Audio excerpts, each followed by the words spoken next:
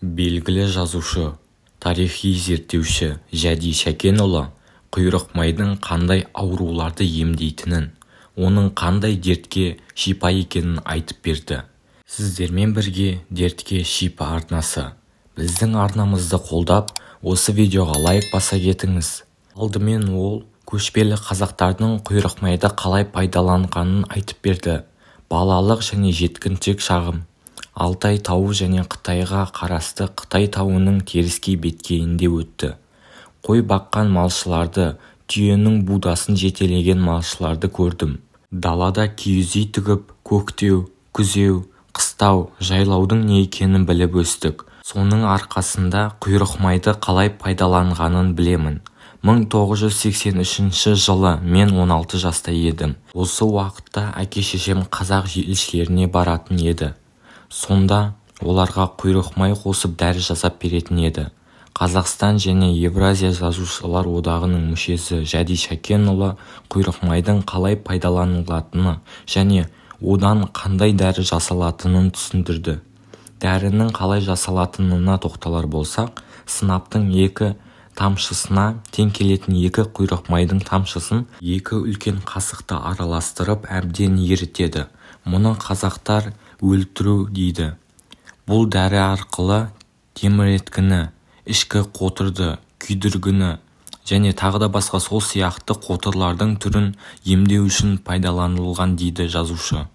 Сәби сымбатты болып өседі. Құйрық май баланың терісін жұмсартып, қан айналымын реттейді. Жазушы сәбидің қол-аяғын керіп жазғанда сәбидің созылып денесі сымбатты болып өсетінін айтады. Құйрық майдың біз білетін және де білмейтін емдік қасиеттері өте көп. Атап айтсақ, құйрық май мен бөпенің денесін сылағанда оның қуатты болып өсуіне және тұмау тигізбейтін қасиеті бар. Сол үшін бұрындары нәрестенің аузына құйрық май салатын болған. Құйрық май тұмауға қарсы таптырмайтын ем. Сонымен қатар жазушы балалар мен ересектерге салқын тигенде құйрық майды ыстық күйінде ішсе адам ағзасына шипасын тигізеді деп атап өтті. Жәди Шәкенұлының 8 баласы бар. Олардың тамағы ауырғанда, дәрі ішіп, жөтелі басылмай қойғанда, балаларына құйрық майды ерітіп бере қоямын дейді. Бұл майдың ерітудің 2 жолы бар. Бірінші, майды еріткеннен кейін оны бірден пайдалануға болады. Екіншісі, еріткеннен соң оның үстіне су құйып, біраз қайнату керек. Онда піскен құйрық май болады. Оған сары май қосып, жылыған соң балаға беру керек. Келесі күні балаңыздың тамағы ауырғаны басылып, қырылдағаны кетеді дейді. Құйрық майды таңып қою. Сұхбат барысында жазушы құйрық майды туберкулез ауруы үшін деп қолданылатынын айтты. Құйрық майдың ең басты қасиеті жұқпалы туберкулез ауруын емдеуде.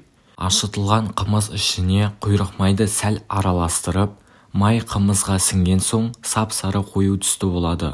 Оны туберкулез, тыныс жолы аурулары жолын емдеу үшін ішеді. Қазақ емшілерінде осындай тәжірибе бар деп түйіндеді жазушы. Сондай-ақ қазақ халқы қыстың аязды күнінде бет үсімес үшін құйрық майды бетіне, қолына, аяғына жаққан екен. Және де қол-аяқтың тілінген жеріне құйрық майды таңып қойған. Ол жараның тезірек жазылуына септігін тигізеді. Құйрық май құйрық түбіндегі дөңгеленіп жиналған май. Мұндай май жекеленген қылшық және де ұя жүнді қой тұқымдастарында болады.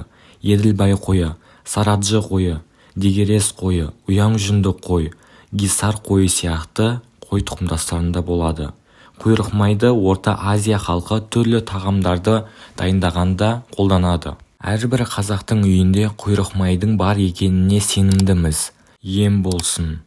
Осы видеоны жақындарыңызға, достарыңызға таратыңыз. Олар да біліп жүрсін.